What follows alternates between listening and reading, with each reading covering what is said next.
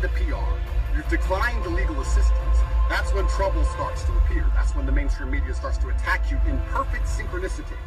I go to sleep and I wake up one morning and every single media outlet in the world, globally, from India to America, has the same story the same day. Bam! Saying I'm a misogynist or I'm racist or whatever they want to say.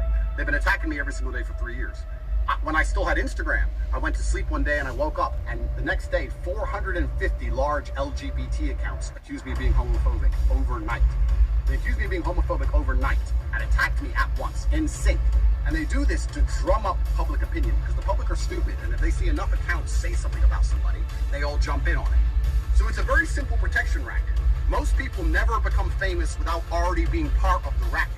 If you become famous without being part of the racket, they try and convince you with money. If money doesn't work, they then try and explain to you that they control public relations, and they also have huge legal influence in most countries around the world, because anybody who doesn't understand the law understands that it's subjective. And if you're watching this at home, you are guilty of something if they want to find you guilty. And they try and explain to you that you're going to need this protection, you're too famous, and you're too well known to be going through life without the kind of friends that can be afforded from a contract like this. If you decline that also and make it clear that your sanity is not for sale, your troubles begin. So, it's very interesting because when you look at somebody, if that person happens to be afraid of criticism, if that person doesn't like getting attacked online, if that person can't handle negative articles about them, if that person is weak mentally, as soon as they get hated, they start to break down, be sure they sold their soul. Because they've had a conversation with someone who's promised them that they can fix that.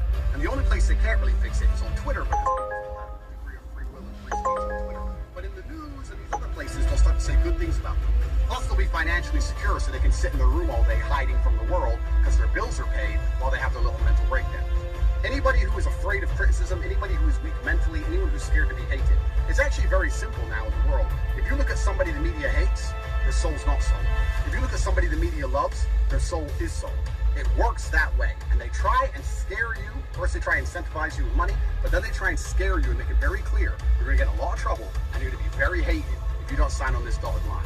And knowing what you know, you can take this information, you can take these parameters, and you can look at every single person you see who is famous, and you can see who has sold their soul to the devil and who is still sovereign man.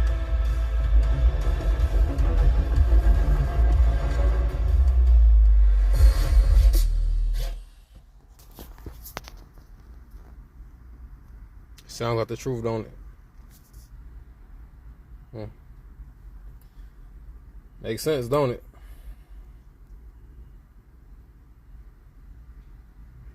Love God.